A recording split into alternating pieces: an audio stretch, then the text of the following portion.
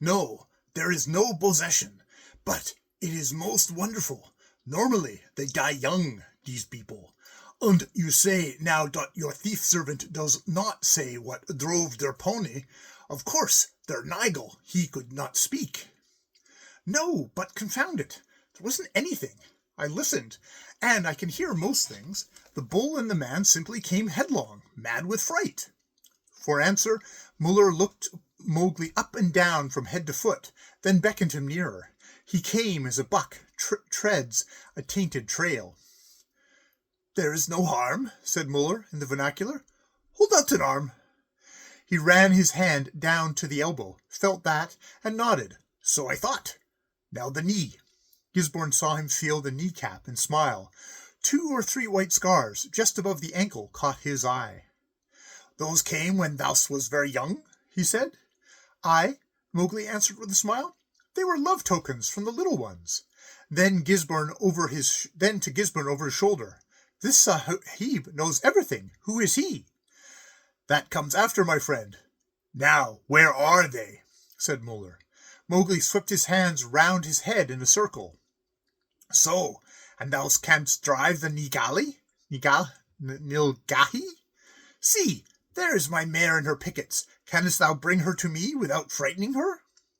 Can I bring the mare to Sahib without frightening her? Mowgli repeated, raising his voice a little above its normal pitch. What is more easy, if the heel ropes are loose? Loosen the head and heel pegs, shouted Muller to the groom. They were hardly out of the ground before the mare, a huge black Australian, flung up her head and cocked her ears.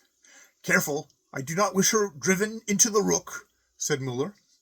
Mowgli stood still,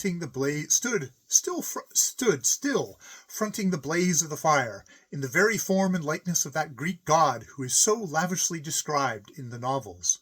The mare whickered, drew up one hind leg, found that the heel ropes were free, and moved swiftly to her master, on whose bosom she dropped her head, sweating lightly. She came of her own accord. My horses will do that, cried Gisborne. Feel as she sweats, said Mowgli. Gisborne laid a hand on the damp flank. It is enough, said Muller. It is enough, Mowgli repeated, and a rock behind him threw back the word. That's uncanny, isn't it? Said Gisborne. No, only wonderful, most wonderful. You do not know, Gisborne? I confess I don't. Well then, I shall not tell you. He says that some day he will show you what it is. It would be gruel if I told. But why he is not dead I do not understand. Now listen thou. Muller faced Mowgli, and returned to the vernacular. I am head of all the rooks in the country of India, and others came across the black water. I do not know how many men be under me, perhaps 5,000, perhaps 10. Thy business is this, to wander no more up and down the rook and drive beasts for sport or for show, but to take service under me, who am the government in the matter of woods and forests, and live in this rook as a forest guard, to drive the villagers' goats away when there is no order to feed them in the rook, to admit them when there is an order, to keep down, as thou canst keep down, the boar and the Nilgahi when they become too many, to tell Gisborne Sahib how and where the tigers move, and what game there is in the forest, and to give sure warning of all the fires in the rook, for thou canst give warning more quickly than any other. For that work there is payment each month in silver, and at the end, when thou hast gathered a wife and cattle, and maybe children, a pension. What answer? That's just what Gisborne began. My Sahib spoke this morning of such a service. I walked all day alone considering the matter, and my answer is ready here. I serve, if I serve, this rook, and no other, with Gisborne Sahib, and with no other. It shall be so. In a week comes the written order that pledges the honour of the government for the pension. After that thou wilt take up thy hut, where Gisborne Sahib shall appoint. I was going to speak to you about that, said Gisborne. I did not want to be told when I saw that man, there will never be a forest guard like him. He is a miracle, I tell you, Gisborne. Some day you will find it so. Listen, he is blood brother to every beast in the rook. I should be easier in my mind if I could understand him. That will come. Now I will tell you, Dot, only once in my service, and Dot is 30 years, have I met a boy Dot began as this man began, and he died.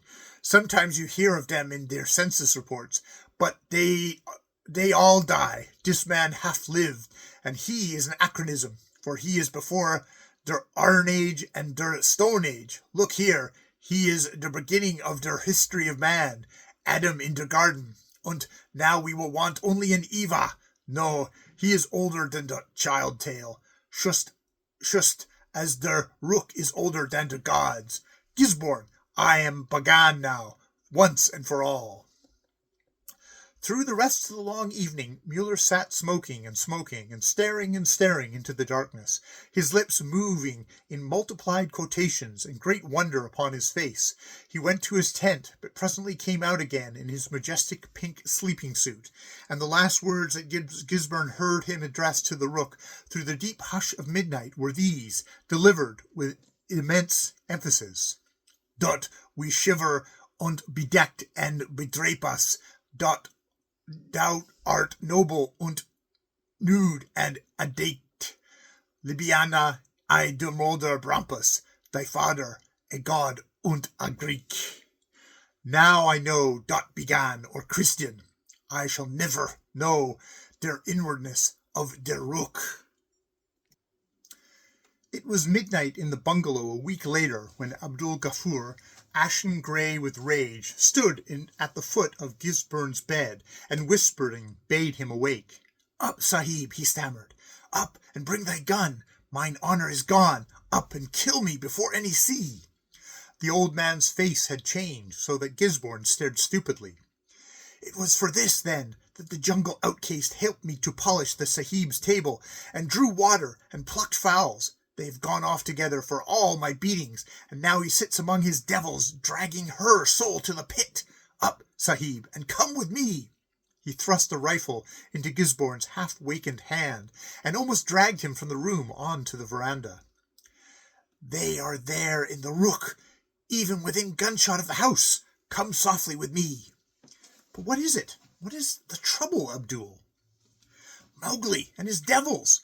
Also my own daughter, said Abdul Ghaffur. Gisborne whistled and followed his guide.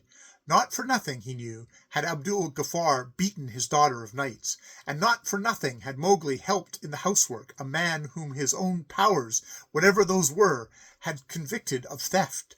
Also, a forest wooing goes quickly. There was the breathing of a flute in the rook, as it might have been the song of some wandering wood-god, and, as they came near, a murmur of voices. The path ended in a little semicircle glade, walled partly by high grass and partly by trees. In the centre, upon a fallen trunk, his back to the watchers and his arm round the neck of Abdul Ghaffur's daughter, sat Mowgli, newly crowned with flowers, playing upon a rude bamboo flute, to whose music 4 huge wolves danced solemnly on their hind legs. Those are his devils, Abdul Ghaffur whispered. He held a bunch of cartridges in his hand. The beast dropped to a long-drawn, quavering note, and lay still with steady green eyes, glaring at the girl. Behold, said Mowgli, laying aside the flute. Is there anything of fear in that? I told thee, little stout heart, that there was not, and thou didst believe me.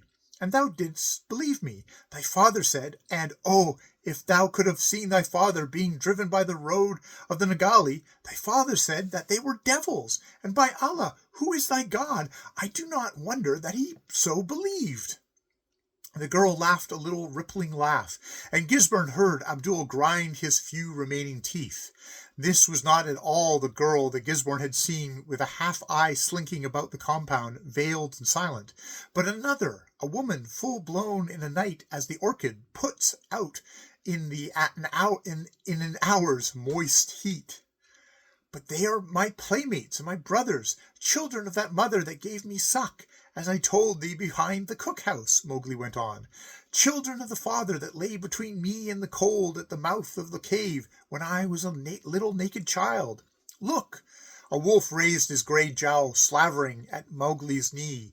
My brother knows that I speak of them. Yes, when I was a little child, he was a cub rolling with me on the clay.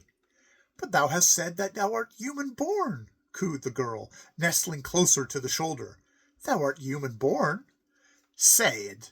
Nay, I know that I am human-born, because my heart is in thy tiny hold, little one. Her heart dropped under Mowgli's chin. Gisborne put up a warning hand to restrain Abdul Ghaffur, who was not in the least impressed by the wonder of the sight. But I was a wolf among wolves none the less till the time came when those of the jungle bade me to go because I was a man. Who bade thee go? It is not like a true man's talk. The very beasts themselves, little one. Thou wouldst never believe that telling, but so it was. The beasts of the jungle bade me go, but for these four followed me because I was their brother. Then was I a herder of cattle among men, having learned their language. Ho, ho! The herds paid toll to my brothers, till a woman, an old woman, beloved, saw me playing by night with my brethren in the crops. They said that I was possessed of devils, and drove me from the village with sticks and stones, and the four came with me by stealth, and not openly. That was when I had to learn to eat cooked meat, and to talk boldly. From village to village I went, heart of my heart, a herder of cattle, a tender of buffaloes, a tracker of game. But there was no man that dared lift a finger against me twice. He stooped down and patted one of the heads. Do thou as also like this. There is neither hurt nor magic in them. See, they know thee. The woods are full of all manners of devils, said the girl with a shudder. A lie, a child's lie, Mowgli returned confidently. I have lain out in the dew under the stars in the dark night, and I know. The jungle is my house. Shall a man fear his own roof beams, or a woman her man's hearth? Stoop down and pat them. These are dogs and unclean, she murmured, bending forward with averted head. Having eaten the fruit, now we remember the law, said Abdul Ghaffur bitterly. What is the need of this waiting, Sahib? Kill! Hish thou! Let us learn what has happened, said Gisborne. That is well done, said Mowgli, slipping his arm round the girl again. Dogs or no dogs, they were with me through 1,000 villages. Aye, and where was thy heart then? Through 1,000 villages. Thou hast seen 1,000 maids. That I am a maid no more. Have I thy heart? What shall I swear by? By Allah, of whom thou speakest? Nay, by the life that is in thee. And I am well content. Where was thy heart in those days? Mowgli laughed a little. In my belly, because I was young and always hungry. So I learned to track and to hunt, and sending and calling my brothers back and forth as a king calls his armies. Therefore I drove the Nagali for the foolish young Sahib, and the big fat mare for the big fat Sahib, when they questioned my power. It were as easy to have driven the men themselves. Even now, his voice lifted a little, even now I know that behind me stand thy father and Gisborne Sahib. Nay, do not run, for no 10 men dare move a pace forward. Remembering that thy father beat thee 3 more than once, shall I give the word and drive him again in rings through the rook? A wolf stood up with bared teeth. Gisborne felt Abdul Ghaffur tremble at his side. Next his place was empty, and the fat man was skimming down the glade. Remains only Gisborne Sahib, said Mowgli, still without turning. But I have eaten Gisborne Sahib's bread, and presently I shall be in his service, and my brothers will be his servants to drive game and carry the news. Hide thou in the grass. The girl fled. The tall grass closed behind her, and the guardian wolf that followed, and Mowgli turned with his 3 retainers, faced Gisborne as the forest officer came forward. That is all the magic, he said, pointing to the 3. The fat Sahib knew that we who are bred among wolves run on our elbows and knees for a season. Feeling my arms and legs, he felt the truth which thou dost not know. Is it so wonderful, Sahib? Indeed, it is all the more wonderful than magic. These then drove the Nagali? Aye, as they would drive Ilbis if I gave the order. They are my eyes and feet to me.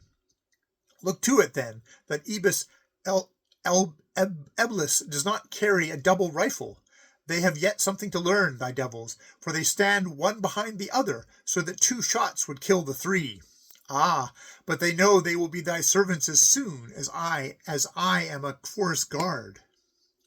Guard or no guard, Mowgli, thou hast done a great shame to Abdul Ghaffar. Thou hast dishonored his house and blackened his face. For that it was blackened when he took thy money, and made blacker still when he whispered in thy ear a little while since to kill a naked man. I myself will talk to Abdul Ghaffar, for I am a man of the government service, with a pension. He shall make the marriage by whatsoever right he will, or he shall run once more. I will speak to him in the dawn. For the rest, the Sahib has his house, and this is mine. It is time to sleep again, Sahib. Mowgli turned on his heel and disappeared into the grass, leaving Gisborne alone. The hint of the wood god was not to be mistaken, and Gisborne went back to the bungalow where Abdul Ghaffar, torn by rage and fear, was raving in the veranda. Peace, peace, said Gisborne, shaking him, for he was looked as though he were going to have a fit. Muller Sahib has made the man a forest guard. As thou knowest, there's a pension at the end of that business, and it is government service. He is an outcast, a melch, a dog amongst dogs, an eater of carrion. What pension can pay for that? Allah knows, and thou hast heard that the mischief is done. Wouldst thou blaze it to all the other servants? Make the shadi swiftly, and the girl will make him a Musalaman. He is very comely. Canst thou wonder that after thy beatings she went to him? Did he say that he would chase me with his beasts? So it seemed to me. If he be a wizard, he is at least a very strong one. Abdul Ghaffar thought a while, then broke down and howled, forgetting that he was a Musalaman. Thou art a Brahmin, I am thy cow. Make thou the matter plain, and save my honour, if it can be saved. A second time then Gisborne plunged into the rook and called Mowgli. The answer came from high overhead, and in no submissive tones. Speak softly, said Gisborne, looking up. There is yet time to strip thee of thy place and hunt thee with thy wolves. The girl must go back to her father's house tonight. Tomorrow there will be shadi by the Musalaman law, and then thou can take her away. Bring her to Abdul Ghaffar. I hear. There was a murmuring of two voices conferring among the leaves. Also, we will obey for the last time. A year later, Muller and Gisborne were riding through the Rook together, talking of their business. They came out among the rocks near the Cane stream, Muller riding a little in advance. Under the shade of a thorn thicket sprawled a naked brown baby, and from the brake immediately behind him peered the head of a grey wolf. Gisborne had just time to strike up Muller's rifle, and the bullet tore splattering through the branches above. Are you mad? Thundered Muller. Look! I see, said Gisborne quietly. The mother's somewhere near. You'll wake the whole pack, by Jove. The bushes parted once more, and a woman unveiled snatched up the child. Who fired, Sahib? She cried to Gisborne. This Sahib. He had not remembered thy man's people. Not remembered? But indeed it may be so, for we who live with them forget that they are strangers at all. Mowgli is down, but that is down the stream catching fish. Does the Sahib wish to see him? Come out, ye lacking manners, come out of the bushes, and make your service to the Sahibs. Muller's eyes grew rounder and rounder. He swung himself off the plunging mare and dismounted, while the jungle gave up 4 wolves who fawned round Gisborne. The mother stood nursing her child and spurning them aside as they brushed against her bare feet. You were quite right about Mowgli, said Gisborne. I meant to have told you, but I've got used to these fellows in the last 12 months that it slipped my mind. Oh, don't apologize, said Muller. It's nothing. Gott in Himmel! Und I work miracles, und they come off too! So ends In the Rook.